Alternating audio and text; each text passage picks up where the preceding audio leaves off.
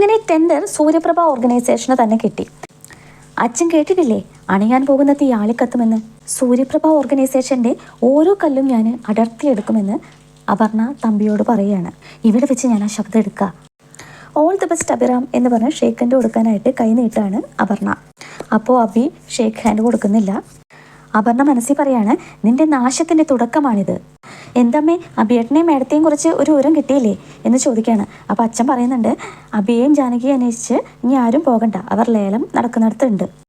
ജാനകി കാറും എടുത്ത് പോയത് അങ്ങോട്ടാണോ? ആ, ലേലം കഴിഞ്ഞു, നമുക്ക് തന്നെ കിട്ടിയതെന്ന് അച്ഛൻ പറയുന്നു. അതിലെന്ത് പുതുമയോ അച്ഛൻ ഉള്ളത്? ഇനി ആരൊക്കെ എന്ത് അടവ് പറ്റിയാലും അബിയേട്ടനെ മറിച്ചിടാൻ പറ്റുമോ? അങ്ങനെയൊരു ശ്രമം നടന്നു. നമ്മളുടെ ഫയൽ മാറ്റിവെച്ച് ലേലത്തിൽ നിന്ന് നമ്മളെ മാറ്റാനൊരു ശ്രമം നടന്നു. തമ്പി ഓപ്പറേറ്റ് ചെയ്ത പണിയാ. ജാനകി തക്ക സമയത്ത് അത് കണ്ടുപിടിച്ച് അത് പൊളിച്ചു. നമ്മൾ സബ്മിറ്റ് ചെയ്യേണ്ട ഫയൽ വീട്ടിലിരിക്കുന്നത് മനസ്സിലാക്കാതെ മറ്റൊരു ഫയലും എടുത്താണ് അഭിറാം പോയത്. അത് മനസ്സിലാക്കിയ ജാനകി ആ ഫയൽ അബിയെ ഏൽപ്പിക്കാനാണ് കാർ ഓടിക്കാൻ വശമില്ലാതെയും പോയത്. അച്ഛാ, ഫയൽ മാറ്റിയത് ആരാന്ന് കണ്ടെത്തണം. ആ, അബിയും ജാനകി ഒന്ന് വന്നോട്ടെ, നിങ്ങൾ കയറുക എന്നും പറഞ്ഞ് അച്ഛൻ എല്ലാവരെയും അകത്തേക്ക് വിളിക്കുന്നു. അമ്മ പറയുന്ന പോലെ ജാനകി കാറും എടുത്ത് ഔട്ടിങ്ങിനൊന്നല്ല പോയത്, ഈ കുടുംബം രക്ഷിക്കാൻ വേണ്ടിയിട്ടാണ് അവൾ പോയത്. അപ്പോൾ അമ്മ പറയുന്നുണ്ട്, എൻ്റെ മക്കളെപ്പറ്റി എന്തൊക്കെയാണ് പറഞ്ഞത് എന്ന്. അതിനെപ്പറ്റി അമ്മയ്ക്ക് വല്ല ബോധമുണ്ടോ എന്ന് പ്രഭ ചോദിക്കുകയാണ്. അമ്മയോട് എത്ര തവണ പറഞ്ഞിട്ടുണ്ട് ഈ മധുരം എങ്ങനെ വാരി കഴിക്കരുതെന്ന് ചോദിക്കുന്നുണ്ട്. മക്കളെ, അബിയെ പോലെ ഒരു ഏട്ടനെയും ജാനകിയെ പോലെ ഒരു ഏട്ടത്തെയും കിട്ടിയതാ നിങ്ങളുടെ ഭാഗ്യമെന്ന് അച്ഛൻ പറയുന്നു. തമ്പി ആകെ ദേഷ്യത്തിലാണ്. തമ്പിയുടെ ഭാര്യ ചോദിക്കുന്നുണ്ട്, ഇപ്പം എന്തേ നാണം കെട്ടി വീട്ടിൽ വന്നിരിക്കേണ്ടി വന്നില്ലേ? അളകാപുരിക്കാരോട് ഞാൻ എന്ത് ചെയ്യണം? അവരുടെ അവസാനം കാണാൻ ഞാൻ എന്തും ചെയ്യും. ചെയ്യുന്നതിനൊക്കെ ഒരു അന്തസ് ഉണ്ടായിരിക്കണം. നിങ്ങളും മോളും ചെയ്തത് എന്താണ് എന്ന് ചോദിക്കുന്നുണ്ട്. നിങ്ങൾ തല്ലാനയച്ച ഗുണ്ടുകൾ അവൻ്റെ പിന്നാലെ വാലാട്ടി ചെന്നു. മോള് ചെയ്തതോ അളകാപുരിയിലെ സെർവൻറ്റിനെ കയ്യിലെടുത്തു. അളകാപുരിയിലെ സെർവൻറ്റിനെ വിലക്കെടുത്ത് നിങ്ങളുടെ മോള് ചെയ്തതോ അതിലും തരം കെട്ടുപോയി. അപ്പോൾ തമ്പി പറയാണ്, നീ ജയിലിൽ കിടന്നിട്ടുണ്ടോ? ഞാൻ കിടന്നിട്ടുണ്ട്, എന്നെ കിടത്തിയിട്ടുണ്ട്. അളകാപുരിയിൽ ആ സൂര്യനാരായണൻ കഴിഞ്ഞു പോയതൊന്നും ഞാൻ മറക്കില്ല എന്ന് പറയുന്നു തമ്പി. അപർണ അങ്ങോട്ട് വന്നിട്ട് പറയുന്നുണ്ട്, ബിസിനസ്സിനായാലും എവിടെയായാലും ജയൻ മാത്രം കാണണം, അതിനുവേണ്ടി എന്തും ചെയ്യാം, അതിൽ യാതൊരു തെറ്റുമില്ല. അപ്പോൾ അമ്മ പറയുന്നുണ്ട്, കൊള്ളാം, അച്ഛൻ്റെ മോള് തന്നെ. അപ്പോൾ തമ്പി പറയുന്നുണ്ട്, അതിനെന്താടി സംശയം? ഇന്ന് എൻ്റെ മകളുടെ ശ്രമം വിജയിച്ചിരുന്നെങ്കിൽ 15 വർഷം ഞാൻ നെഞ്ചിലിട്ട് വെച്ചിരുന്ന എൻ്റെ പക അത് കെട്ടടങ്ങുമായിരുന്നു എന്ന് തമ്പി പറയുകയാണ്.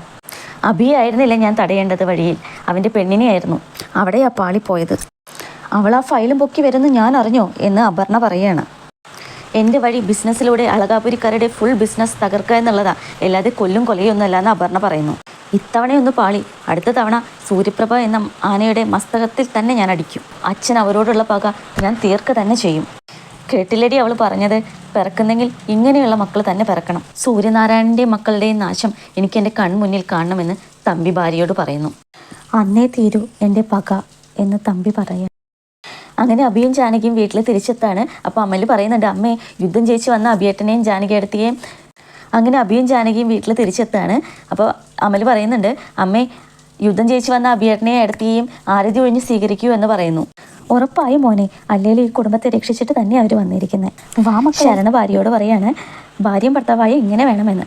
അപ്പോൾ ഭാര്യ പറയുന്നുണ്ട്, ഭർത്താവിന് ചുറ്റിക്കളിയില്ലെങ്കിൽ ഇങ്ങനെയൊക്കെ ഉണ്ടാവും. അപ്പോൾ ശരണ പറയാണ്, മുത്തശ്ശിക്ക് അധികം മധുരം വാങ്ങിക്കൊടുക്കരുതെന്ന് അവൾ എന്നോട് പറഞ്ഞിരിക്കുന്നതെന്ന്. അപ്പോൾ മുത്തശ്ശി പറയുന്നുണ്ട്, അവൾ അത് പറയും. അങ്ങനെ അച്ഛൻ്റെ അടുത്തേക്ക് ചെല്ലാണ് അബി. അപ്പോൾ അച്ഛൻ പറയാണ്, നിങ്ങൾ അച്ഛൻ്റെ മാനം കാത്തു. വർഷങ്ങളായിട്ട് നമ്മളാണ് ഈ ടെൻഡർ പിടിക്കുന്നത്. വിശ്വനാഥൻ ഈ ടെൻഡർ കൈക്കലാക്കിയ പിന്നെ സൂര്യനാരായണൻ ഉണ്ടോടാ. അങ്ങയുടെ ഒരു അഭ്യാസവും നമ്മുടെ അടുത്ത് നടക്കില്ലെന്ന് ഒരിക്കൽ കൂടെ ബോധ്യപ്പെടുത്തി കൊടുത്തു എന്ന് അബി പറയുന്നു. അപ്പോൾ ശരൺ അങ്ങോട്ട് വന്ന് പറയുന്നുണ്ട്, അച്ഛാ ആ ഫയൽ മാറ്റിയത് ഏട്ടൻ്റെ ഓഫീസിൽ നിന്ന് തന്നെയാണ്. ആർക്കൊരു സൂചനയും ഞാൻ കൊടുത്തിരുന്നില്ല, പിന്നെ എങ്ങനെ അത് ചോർന്നു എന്ന് അബി പറയുന്നു. ഫയൽ മാറിയത് ഓഫീസിൽ വെച്ചല്ല, വീട്ടിൽ വെച്ച് തന്നെയാണെന്ന് അബി പറയുന്നു. അപ്പോൾ അങ്ങോട്ട് നളിനി ചായയും കൊണ്ട് വരുന്നുണ്ട്. നളിനിയുടെ കയ്യിലെ വളകൾ കണ്ടിട്ട്, പുതിയ വളകൾ കണ്ടിട്ട്, സ്വർണ്ണ വളകൾ കണ്ടിട്ട് ജാനകി ഇങ്ങനെ നോക്കുന്നുണ്ട്. മോൾക്ക് ചായ എടുക്കട്ടെ എന്ന് നളിനി ചോദിക്കുകയാണ്. അപ്പോൾ ജാനകി പറയണ, ഞാൻ ചായ കുടിക്കില്ല എന്ന് നളിനിയേച്ചിക്ക് അറിയില്ലേ? അപ്പോൾ സൂര്യനാരായണൻ പറയുന്നുണ്ട്, ഈ വീട്ടിൽ നിന്നാണെന്ന് പറയുമ്പോൾ ഇവിടെ ഒരാൾ വിശ്വനാഥൻ്റെ ആളുണ്ടാവും എന്നല്ലേ വിചാരിക്കേണ്ടത് എന്ന് പറയുമ്പം ജാനകി പെട്ടെന്ന് മാറ്റുന്നുണ്ട്. ഇല്ല അച്ഛാ, ഇവിടെ ആരും അങ്ങനെ ചെയ്യില്ല. അബിയേട്ടൻ 2-3 ഫയൽ ഓഫീസിൽ നിന്ന് കൊണ്ടുവരുന്നു, അത് തുറന്നു പോലും നോക്കാതെയാണ് അബിയേട്ടൻ ഓഫീസിലേക്ക് പോയത് എന്ന് പറയുന്നു. എല്ലാവരും കൂടെ പറയുന്നുണ്ട്, അബിയേട്ടൻ അത് തുറന്ന് നോക്കാതിരുന്നതാണ് ഭയങ്കര കഷ്ടമായത്, അതാണ് എല്ലാ പ്രശ്നങ്ങൾക്കും കാരണം. ജാനകി നളിനിയുടെ അടുത്ത് പോയിട്ട്, ഇത് പുതിയ വളയാണോ, എത്ര പവനുണ്ട് എന്നൊക്കെ ചോദിക്കുന്നു. അപ്പോൾ നളിനി പറയാ, സ്വർണ്ണമല്ല മുക്കുവണ്ടാണെന്ന് പറയുന്നു. സ്വർണം വാങ്ങാനൊക്കെ നമുക്ക് എന്ത് പാങ്ങാ, അതൊക്കെ ജാനകി കുഞ്ഞിനെ അറിയുന്നതല്ലേ. ഓ, ഞാൻ വിചാരിച്ചു ഗോൾഡാണെന്ന്. ഗോൾഡ് പോലെ തന്നെ ഇരിക്കുന്നു. ഇതിന് എത്ര രൂപ കൊടുത്തു? അപ്പോൾ പറയുന്നുണ്ട് മോള് പറഞ്ഞത് 500 രൂപയാണെന്നാണ്. അവൾ വാങ്ങി തന്നതാ. അമ്മയുടെ കൈ ഒഴിഞ്ഞു കിടക്കുന്നത് കണ്ടപ്പോൾ അവൾക്ക് വിഷമമായിട്ട് വാങ്ങി തന്നതാ. ജാനകി കയ്യിൽ നിന്ന് ആ വളയെ ഊരിയെടുക്കുന്നുണ്ട്. ജാനകി പറയാണ് എനിക്ക് ഈ വള നല്ല ഇഷ്ടമായി, ഞാനിതെടുത്തു. അപ്പം അഭയ അങ്ങോട്ട് വന്നിട്ട് പറയുന്നുണ്ട് ഇഷ്ടമായെങ്കിൽ നീ ഇതെടുത്തോ, ഞാൻ ജാനകി ചേച്ചിക്ക് 1000 രൂപ കൊടുക്കാം, അപ്പോൾ 4 എണ്ണം വാങ്ങാമല്ലോ ഇതുപോലത്തെ. ജാനകിക്കുഞ്ഞെ ആ വള ഇങ്ങത്താ.